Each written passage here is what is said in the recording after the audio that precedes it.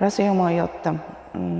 Navbatdan kelib tuvak tutish tayimga. To'g'risini aytish kerak endi. O dedi, Suvay ancha yillar yemirilib ketgan, 3-darajada buni artroz chiqdi. Operatsiya dedi. O'zim rosa nima qildim? Shuncha yil dedim, uyilib yugurib, yotib qolgan joyim shu bo'lib deb rosa hurlanib ketdim to'g'risi.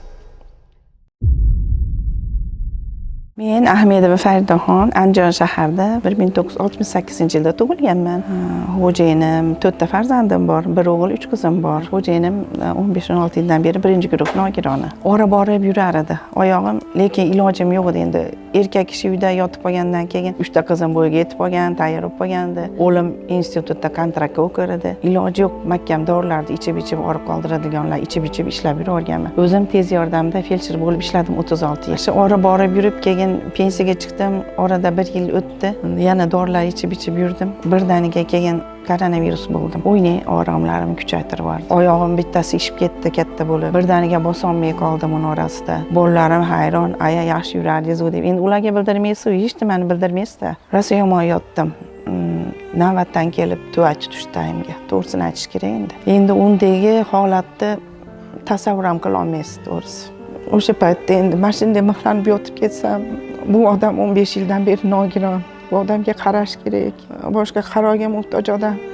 Kim qaraydi endi? Men yotib ketsam, nima bo'lar ekan degan narsalar fikrimdan o'tdi to'g'risi. O'zim rosa nima qildim? Shuncha yil dedim, uyilib yugurib, yotib qolgan joyim shu bo'lib deb rosa hurlanib ketdim to'g'risi. Sal oyog'im ishiqlari qaytishni boshladi. O'g'lim doktorlarga bordi. Lecheniyalar yozib berdi, osmonkollar oldim. O'zim meditsina sohasida ishlaganim uchun buni qaytarilmas jarayon deb hisoblaymiz-da to'g'risi. Doktorlar boshqa suyak qo'yish kerak dedi. Opa operatsiya qildiramiz, suyak qo'yish kerak dedi.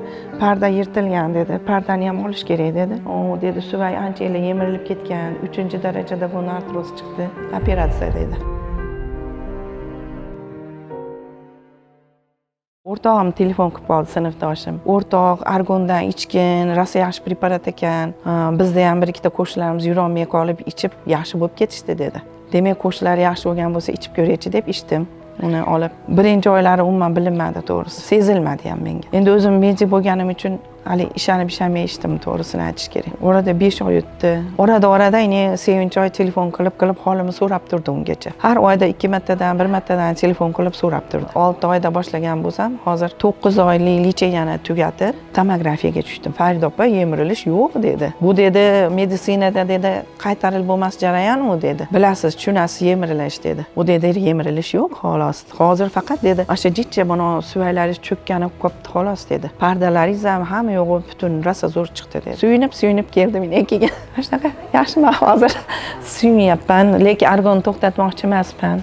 Argon hayotimda aytaymi, yana yashashga undadi to'g'risi. Men shunaqa o'ta tushkunlikka tushib qolgan edim. Bu xo'jayinim 15 yildan beri yotadi, o'ylang.